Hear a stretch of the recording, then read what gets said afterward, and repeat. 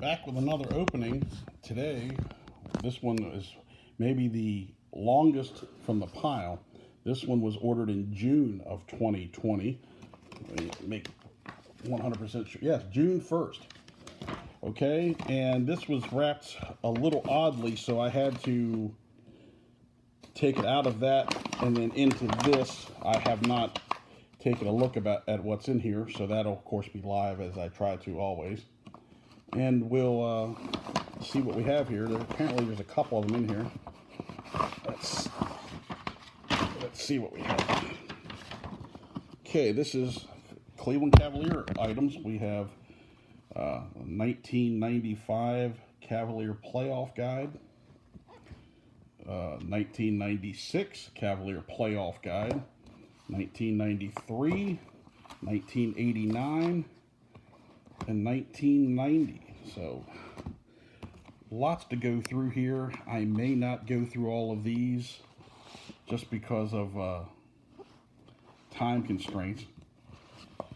But for now, let's do the two that have the easy to open collating. These are always nice, so they're much easier for something like this. These are not what was available to buy, like a standard media guide that you can buy from when you walk into a concourse or whatever. This is directly what's given to the media. As you can see, like right here is the Cavaliers Coliseum press room, airlines, restaurants. So all, things that are actually helpful to the media, where back in the 60s and the 70s, a media guide was pretty much a media guide until it became a glorified yearbook, which I still like. But once everybody starts buying them, of course, some of the things that the actual media would find useful is unavailable. The 1988-89 season review. Not as many pictures in this so far, so this is pretty much you can tell that this is a media guide to help the broadcasters and the media newspapers at that time. Not necessarily no internet at that time. So this is very neat. I mean, tons of reading material. Lenny Wilkins. Then it goes through with each team. Got statistics for each player. So that's apparently what these are going to be. Not a lot of pictures, but very detailed for the working media, not the average guy like yours truly. These are,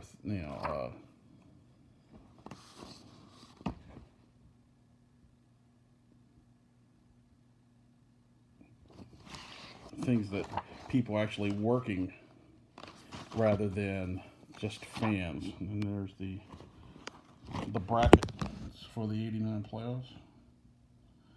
This is if I'm thinking correctly, this may be the infamous The Shot series, because Cleveland was the higher seed in that series. So yeah, I believe that is from the Michael Jordan The Shot. And then there's the cover of Lenny Wilkins. I'm going to assume that 1990 is the same way. But, it's very detailed stuff if you want to look through them. But it's definitely a working guide, as I've said before,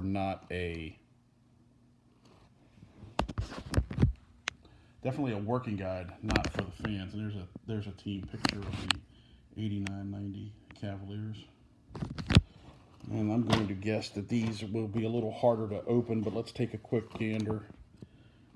This is the 93 team, which I think is the last year at Richfield. If it's not, it's the next to last. It's pretty... These are all the same. Nice to have for a guy like me that's a Cavalier fan. I did see, this is the New Jersey series, so this... and it does mention Richfield, so I think that is the last year at Richfield. Now these are a little nicer covers with the horrendous Cavalier uniforms. My least favorite Cleveland Cavalier uniform ever. They're just, ugh, brutally awful. But now this one here, the 95 guide, this apparently has box scores from every game played. The print's kind of small, but it's very helpful. Yeah, this is at Gund Arena, then Gund Arena. It mentions their playoff series, the New York Knicks, who eliminated the Cavaliers in that season, I believe, under Mike Fratello. And see, yes, and this says Gund Arena, so the restaurants and all the stuff out there are somewhat different.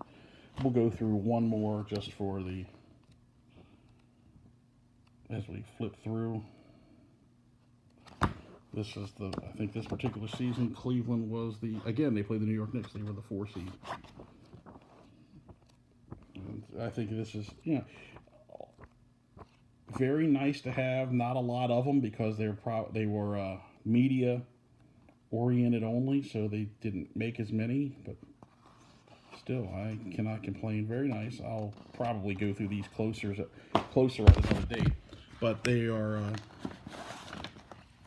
not like a yearbook, and not a lot of pictures or things like that to comment on, but very detailed for people that work for a living in the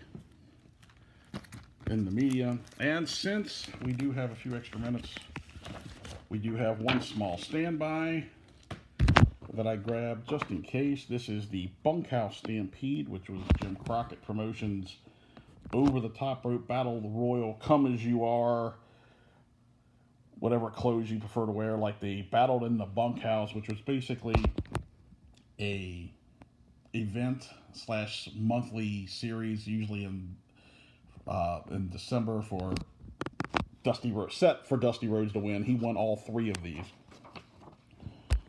And since Dusty Rhodes was this is the birth of the union of the superpowers, Dusty Rhodes and Nikita Koloff, after Nikita Koloff